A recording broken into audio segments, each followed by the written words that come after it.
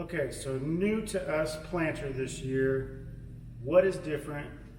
Why did we change it? First thing, this planter is actually older than the one we traded in.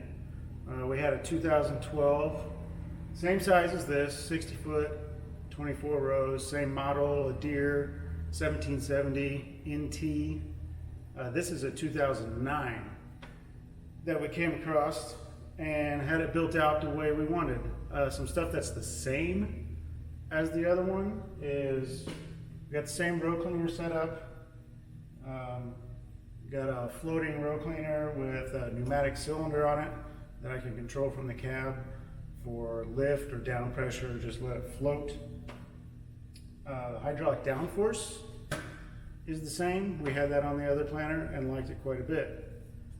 Other than the model, the size, and that, a few major things we changed was we finally upgraded to electric seed meters. We had hydraulic drive before with half width disconnect. So that was having two 12-row planters basically. Had a hydraulic shaft running through here to every row. So the shaft would turn, and then there was a cable kind of like on your weed eater that would come down here and turn the meter. So now there's a little electric motor on every meter. So it's basically like having 24 little individual planters. Some advantages there. I've seen our performance is a lot better on the seed placement. We weren't doing bad before, but now we're getting that top end performance that we didn't have before with the old meters and the old plates. This is working better. Every row can shut off automatically when it overlaps. Before we were every 2 rows, which was great. And this is just a little step better. Another thing is nice with these meters, for everything we're planting, corn, popcorn, and soybeans, our vacuum settings, the vacuum is what pulls the seed onto the seed plate. Our vacuum setting is now the same for everything, no matter the size of the seed. And we have a corn plate that works on all the corn and popcorn, and we have a soybean plate. Where before we had a standard corn plate, I think a large corn plate, a popcorn plate, and a bean plate, and they all had different vacuum settings. I always kept a chart with me of every seed and the vacuum setting that it needed and which plate would work with it. I didn't make that chart this year because I don't need it, because everything's the same. Everything pulls 20 inches of vacuum. If I'm planting corn or popcorn, I got the corn plate in. If I'm planting beans, I got the bean plate in. So that makes it a lot easier. Another thing is I can get to this meter, open it, and change the plate real quick. Our old planter had 3 bushel boxes. This is a 1.6 bushel box. So we had a bigger 3 bushel box, and there was like a framework here. So you couldn't get to this meter without taking the entire 3 bushel box off. And we do corn, waxy corn, popcorn, and most of our soybeans are for seed production. We grow 2 different varieties for 2 different companies. So we have to clean out a lot for purity reasons on all those different crops. So we were probably tearing this down 4 or 5 times a year. If we get a wet year like this year, we have to jump around to wherever we can go. We might tear it down several more times than that. So now this is super easy. I can get to this meter and change it in less than a minute and not have to take this box off and undo hoses and mess with wires and all that kind of stuff. So that's much, much easier, which that has been really nice so far. So there's a lot of convenience for us built into this planter. We went with cast spike gauge wheels to be a little more aggressive. We had several different closing wheels on the old planter we were messing around with. This seems to be the one we liked in most conditions. Combine it with one factory rubber wheel. We went with the open gauge wheels, these spoked gauge wheels. We don't have too many problems with mud, but just the few times we plugged up in behind here, cost us a half a day of pulling wheels off and unplugging. It's just downtime.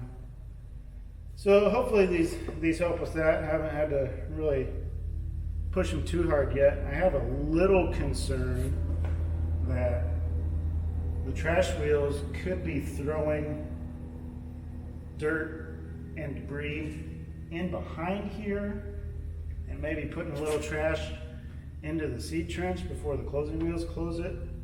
I think for the most part the trash from this row would be hitting the trash from the next row. They kind of cancel each other out and fall in the middle. I don't think it's that big of a problem, but something I'm a little bit keeping an eye on. Look at some other parts of the planter, see what's different. So this is a central fill planter, which we didn't have a central fill before. So what's that mean? We got these two 50 bushel bulk tanks up on top. That just gives us more capacity. Before I had the 3 bushel boxes on every row, no central fill. So if we really filled them up, have about 75 bushel capacity.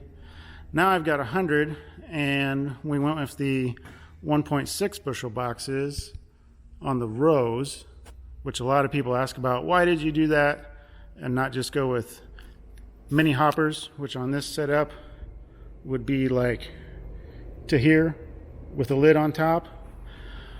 We thought as much different corn as we grow, we get most of our corn in like the 50-pound or so bags, not the big bulk boxes, except we had 2 boxes of corn. And as much as we changed stuff out, we figured we'd be throwing bags in these rows still. So we went with the extensions to make them 1.6 bushel boxes, which I think that's like $30 a row, so it didn't cost much to give us some flexibility. I think what we're actually finding is we're backing the pickup up to the stairs back there in the field and throwing bags up on the platform and filling that way, which I'm finding is actually less work than walking all the rows and opening the lids. So maybe we're not using that as much as we thought we would, but we still kind of like it, have the flexibility there. The other thing with this planter is this is upgradable. It's kind of a modular system. We can change these over fairly easily, and writing a check to multi-hybrid. So these seed boxes would be split. A divider would be put in them. So like in the front would be getting filled from the central fill, and in the back we could have a second hybrid for like a different soil type or a different fertility, whatever. And we could create a prescription that would switch hybrids on the go. So I don't know if that's the way to go yet, but we kind of future-proof this planter a little bit. That will let us do that later on if we want to. Something else I'm liking is no markers on this planter. So we don't have any row markers. We're doing everything with AutoTrack GPS on the tractor. I rarely use a marker the past several years. There's a couple curvy spots where I might throw one down, but I can get by without it. It's fine. Why did we get rid of the markers? Well, the way Deere has the markers designed on these 1770s, when they're folded up, they just shake themselves to pieces. We found out we've broken welds. We've actually had them fold over on top of the planter when they're in the transport position or whatever you want to call it. So that's not great, and they're noisy, and all they've done is really cause us problems on our previous planter. So as soon as we got this planter, we took the markers off and we tossed on about 500 pounds of weight on each side to keep that weight on the wings, and that's been working great. My visibility is better. I don't hit trees on the edges of fields because the planter has a lot lower profile. I just like it quite a bit without markers. Now the newer planters, the 1775s, they have the old Bauer style markers, I call them. They are built a lot heavier and fold to a lot lower profile, a lot more stable, a lot more balanced. So I would have those. The old style, we're just done with them. They just too many pain points on those. We don't like them. So yeah, we're liking this new to us planter quite a bit, even though it is older. Every bushing, basically every wear point was replaced on here. The row units were pulled off and stripped and repowder coated. It's pretty much a new planter with all the moving parts and all that. All the hoses from the bulk fill, they were kind of maybe a little dry rotted from being out in the sun, so all that's new. Basically, any wear part that's on here has either been replaced with something different or put back to new. So we're kind of happy buying a older planter than the one we had. For if we bought a brand new planter with all OEM electric drives, hydraulic downforce, all the cool tech that we like to have on our planter anymore, we would have easily been double the price of what we had for this. This was all said and done, we come out to about 190 grand on this. Be pushing 350, 400,000 to do all this on a new one.